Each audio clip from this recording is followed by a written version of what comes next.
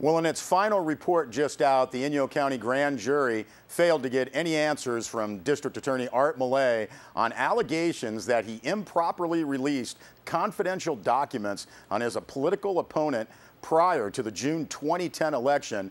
But the jury did tell him to start communicating with news reporters. The jury report says that the reason for their investigation into the DA was that, according to California Penal Code, the grand jury shall inquire into willful or corrupt misconduct in office of public officers of every description within the county.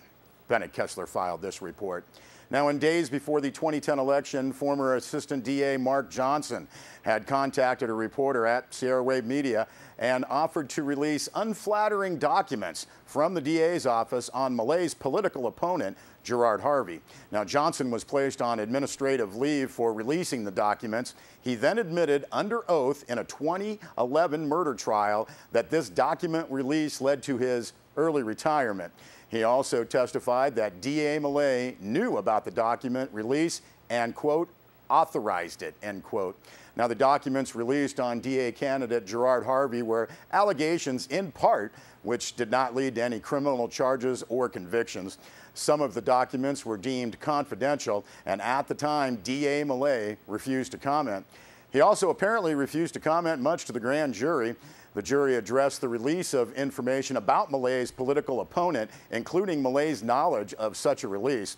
The report says that this issue, quote, has been reviewed and concluded by the State Attorney General and the State Bar Association for ethics violations, end quote. But the grand jury offered no explanation of these reviews.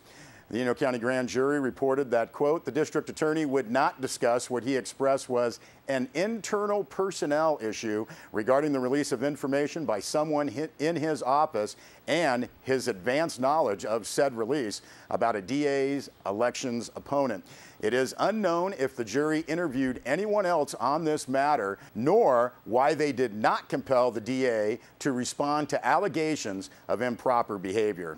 Now, the jury did conclude that there is a lack of communication between Millay and the news media. They recommended that the DA, quote, make regular press releases in writing to end what the DA expressed is a flow of misinformation and misstatements through the press, end quote. Millay's blame the press defense remains just that. Millay has never publicly explained any inaccuracies in news reports about legal cases or about his or his employees' behavior. Sierra Wave Media placed a call to Millay for his comment on the grand jury report, and he was unavailable last Friday. Now, on the statements and reports that Millay authorized the alleged improper use of his office for political gain, the jury responded, quote, while the district attorney is to be commended for defending his personnel issue, confidentiality position, it is the recommendation by this grand jury that he be more forthcoming with public information and its release upon request, end quote. The Inyo County Grand Jury apparently gave Millay a free pass on the dissemination of confidential legal documents, but pressed him to start talking to the media. They also recommended that the county should conduct, quote, an ongoing workshop for all county executives on ways to keep and improve media and public relations, end quote. Now, there is more in that Inyo County Grand Jury report, and we'll have more on later broadcasts. Well, Bennett Kessler also filed this report. With a large crowd at the Mammoth Lakes Town Council meeting Wednesday night, Mammoth Mountain CEO Rusty Gregory pressed the town of Mammoth Lakes to help out with air service subsidy money. Gregory said, quote, I'm not faking it. Alaska Air is really watching us and how we handle the bankruptcy, end quote.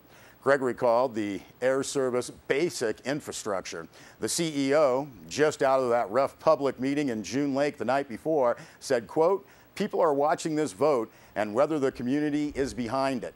It matters, and we need a vote of air service or air service is over tonight. Gregory had explained that the banks that hold the loans for Mammoth Mountain Ski Area demanded that the company makes some more big cuts in expenses to meet loan financial requirements. That demand led to the closure of June Mountain and the loss of Air Service subsidy money for the fall. Gregory said when Mammoth Mountain told Alaska Air they did not want to guarantee service for the fall, the airline, Gregory said, told Mammoth Mountain either pay for fall or Alaska will pull out all air service to Mammoth Lakes. Now, most people who spoke at the meeting Wednesday supported Air Service and the town payment for part of the subsidy. Town manager Dave Wilbrecht said the staff recommended a loan from Measure U or utility tax funds. Councilman John Eastman wanted to know how such a decision would impact the current bankruptcy court proceedings.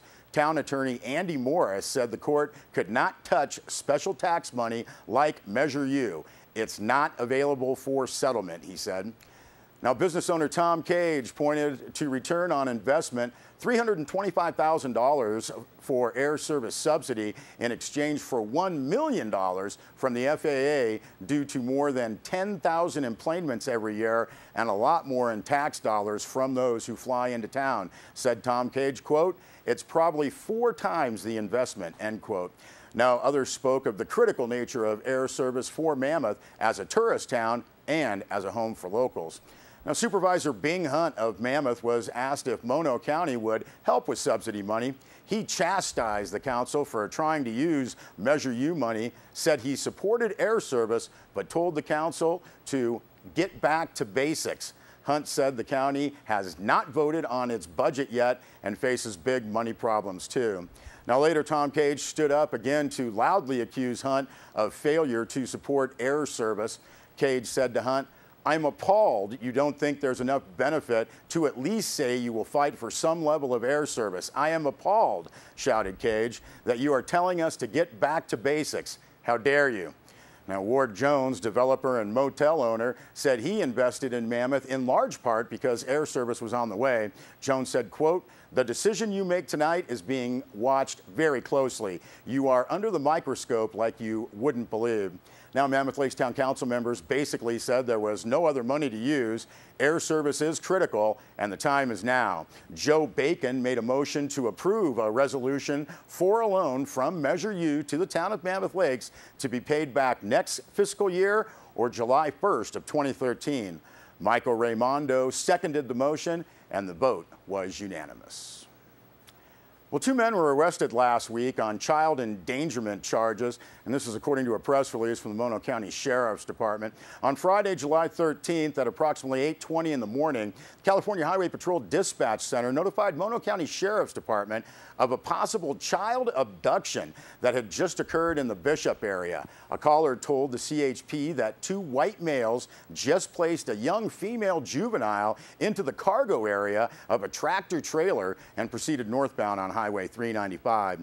Mono County deputies located the semi-truck on Highway 395 near Benton Crossing Road and conducted a traffic stop. The deputies searched the locked refrigerated cargo trailer and located an 11-year-old female hiding amongst the loose cargo. Now, the press release states that during the investigation, it was determined that George Louis Acero, age 52 of Apple Valley, had taken his granddaughter to work with him for the day, and the granddaughter was the juvenile located in that locked refrigerated cargo trailer.